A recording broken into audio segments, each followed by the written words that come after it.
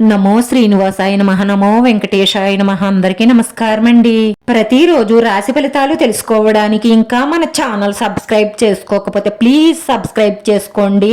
Like చేసి మీ పూర్తి support మన శ్రీనివాస ఛానల్ కి ఇవ్వండి.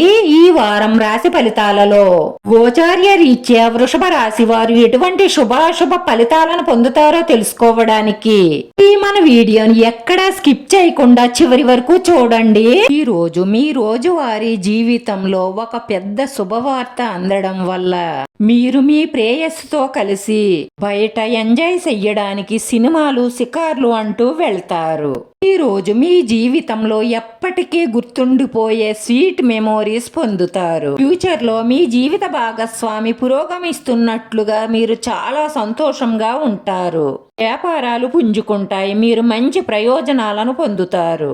వాహన ప్రయాణం చేసేటప్పుడు మాత్రం మీరు చాలా జాగ్రత్తగా వాహనాన్ని డ్రైవ్ చెయ్యండి, లేదంటే స్వల్ప ప్రమాదానికి గురయ్యే అవకాశాలు గోచరిస్తున్నాయి.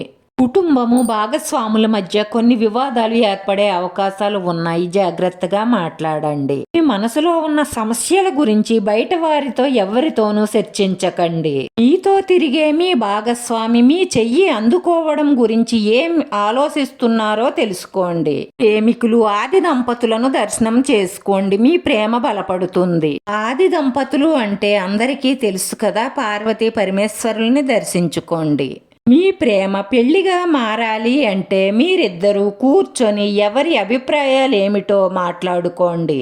మీ ఇద్దరికి మనస్ఫూర్తిగా పెళ్లి చేసుకునే ఉద్దేశం ఉంటే పెద్దలను ఒప్పించే ప్రయత్నం చెయ్యండి. మీరు పట్టుదలగా ప్రయత్నిస్తే తప్పకుండా మీ వివాహం జరుగుతుంది. మీ ఆఫీస్లో బాధ్యతగా పనిచేయడం వల్ల మీ అధికారుల ప్రశంసలను పొందుతారు. వ్యాపారంలో పెట్టుబడులను పరిగణలోకి తీసుకొని జాగ్రత్తగా చెయ్యడం వల్ల లాభాలుంటాయి. లక్ష్యాన్ని చేరుకోవడంలో కొన్ని సమస్యలను ఎదుర్కోవచ్చు, కానీ విజయాన్ని సాధిస్తారు. ఈ వారంలో విదేశీ పరిచయాల వల్ల పురోగతి లభిస్తుంది. నూతన కార్యక్రమాలకు చక్కటి రూపకల్పన చేస్తారు. సమాజంలో పేరు ప్రతిష్టలు పెరుగుతాయి. విద్యార్థులు విజయం సాధిస్తారు. ఇంటా బయట కొన్ని ఒత్తిళ్లు పెరిగే అవకాశాలు ఉన్నాయి, కానీ వాటన్నిటినీ ఎదుర్కొని విజయం సాధిస్తారు. వీళ్ళకు మనశ్శాంతి లోపిస్తుంది. ఆలోచనలలో మార్పులు చోటు చేసుకుంటాయి.